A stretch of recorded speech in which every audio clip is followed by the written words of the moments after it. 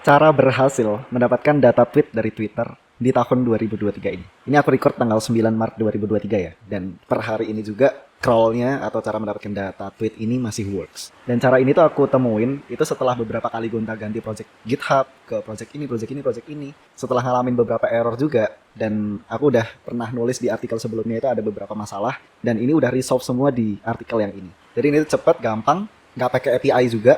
Terus setauku ini juga nggak ada limitnya, jadi mau dapetin 10.000 data atau lebih, aku pernah dapetin mungkin sampai 30.000 tapi aku stop, ya tapi kayaknya bisa lebih juga deh. Jadi nggak ada limit tanpa API juga, karena API-nya juga udah diblok sama API Twitter yang baru kan, kecuali kita mau bayar. Nah nanti, kalau udah ngikutin semua proses instalasi dan setupnya, itu kurang lebih tampilannya kayak gini nih, kalau di run. Nah ini tuh dapetin datanya, terus tuh nge-crawl datanya, masukin ke file CSV yang nantinya bisa kita olah gitu, file CSV-nya pakai Excel atau sejenis. Nah kayak gini nih tampilannya. Nah sebelum aku jelasin satu persatu step instalasi dan setupnya, aku mau jelasin dulu ya gimana caranya ini sebenarnya apa yang dilakuin sama script ini atau cara ini tuh dia sebenarnya behind the scene tuh ngapain sih. Nah sebenarnya script ini tuh ngelakuin search biasa di aplikasi Twitter web.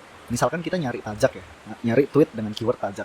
Nah di sini tuh ada titik 3, nah terus ada advanced search. Nah sebenarnya behind the scene tuh dia pakai ini. Jadi apapun yang bisa kalian cari via advanced search ini, nah itu tuh bisa dilakuin juga pakai script yang di artikel ini gitu. Nah, misalnya kita cari pajak gitu. Pajak, terus kita bisa cari minimum replies-nya, likes, retweet, dari kapan sampai kapan.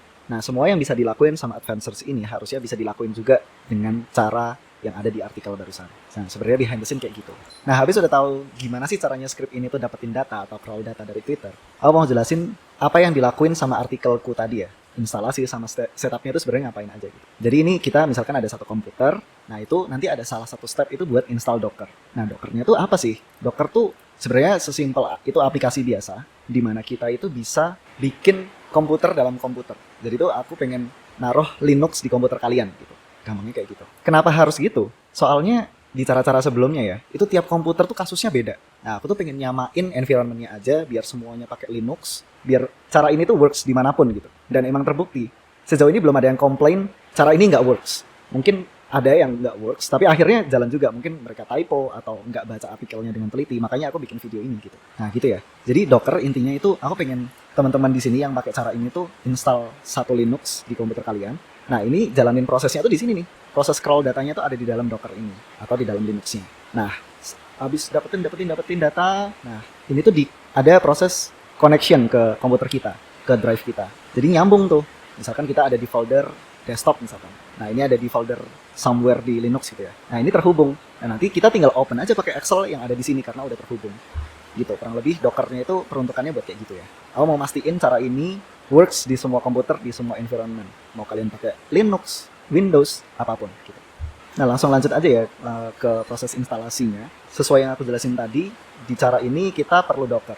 Jadi kalau kamu belum install Docker, aku saranin buat install Docker Desktop. Ini di Windows, Mac, Linux semuanya ada, tinggal klik aja terus install, ikutin semua prosesnya sampai selesai. Docker ini emang agak gede, agak berat, jadi ya ditunggu aja, ikutin prosesnya. Nah, habis Docker Desktopnya udah keinstall, kita bisa pastiin Dockernya tuh udah keinstall dengan baik. Caranya, kita perlu buka terminal. Kalian bisa pakai command prompt, bisa pakai PowerShell, bisa pakai terminalnya VS Code juga bisa. Di sini aku pakai Mac, makanya aku bakal pakai iTerm, atau aku pakai terminal aja. Nah, kopas aja nih Docker min version. Docker min version. Nah, kalau Dockernya udah terinstall dengan baik, ini harusnya keluar kayak gini, bukan comment not found atau apa. Nah ini kalau muncul kayak gini berarti udah benar nih installnya. Ini versinya bisa tergantung ya kalian installnya kapan, update enggak, ya tapi harusnya muncul sesuatu di sini Docker versi berapa.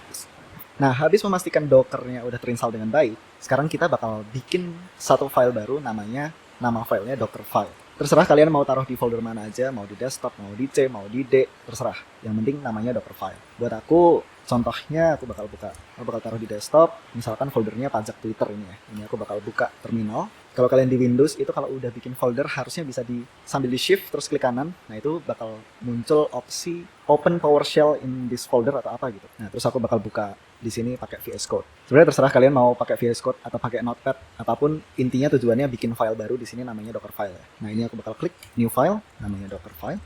Nah terus langsung kopas aja isinya kayak gini.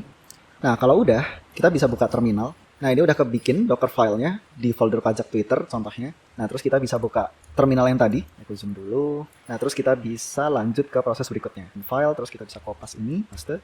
Nah pokoknya tungguin aja prosesnya. Ini mungkin agak lama. Jadi ditungguin aja sampai stepnya udah sampai terakhir. Soalnya ini download banyak hal gitu. Karena ini lama, nanti mungkin aku percepat ya. Ada proses cut juga. Nanti aku bakal cepetin. Nah, kalau udah muncul tulisan successfully built, successfully tag twin latest. Nah, kita bisa pastiin udah keinstall dengan baik atau belum dengan komen ini. Copy, paste. Nah, harusnya muncul kayak gini nih. Twin latest, terus size-nya berapa. Nah, ini tadi lama karena yang di-download atau yang di-build itu 1 GB totalnya. Nah, itu kalau udah muncul kayak gini, harusnya udah aman. Nah, habis memastikan ini kita udah berhasil, Docker image reference twin-nya udah muncul, kita coba masuk dari komputer kita ke Linux yang aku ceritain tadi ya, ke komputer yang ada di dalam komputer kita ini. Caranya, ikutin yang step pengambilan data ini.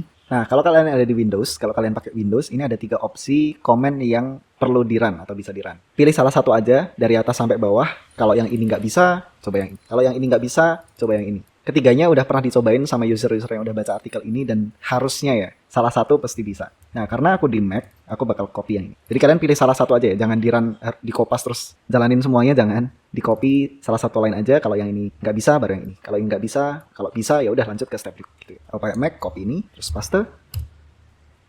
Nah, harusnya kalau udah oke, ini kita udah masuk ke Linux yang ada di komputer kita nih, atau komputer yang ada di komputer kita sekarang. Jadi ada komputer dalam komputer gitu. Nah, ayo kita coba dapetin datanya. Ini artinya kita bakal crawl data di akunnya Pak Jokowi dan nanti bakal disimpan di file yang namanya output.csv dalam format CSV dan di limit 300 tweet aja. Buka terminal lagi. Ini artinya udah di dalam komputer yang ada di dalam komputer kita atau Linux atau VM namanya. Paste, terus enter aja.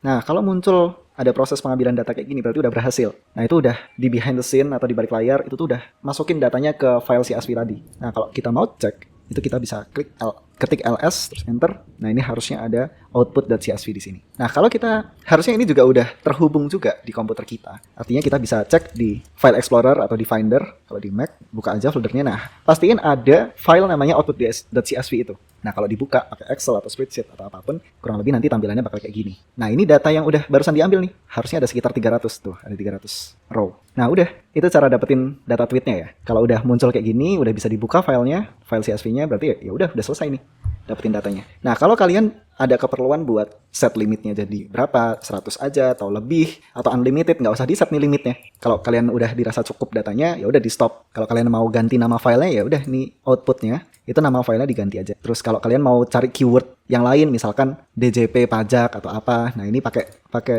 coba baca yang di section bonus. Nah, itu ada search KPU or pemilu. Nah, itu buat nyari kata-kata atau tweet yang mengandung kata KPU atau pemilu. Terus bisa filter juga itu tweet di tweet kapan, sampai kapan. Ya, coba dibaca lagi aja artikelnya. Kalau kalian udah sampai di step ini berarti udah aman. Kalau kalian ada kebingungan atau kesulitan, please kasih tahu di komen, nanti aku coba bantu ya. Hope it helps.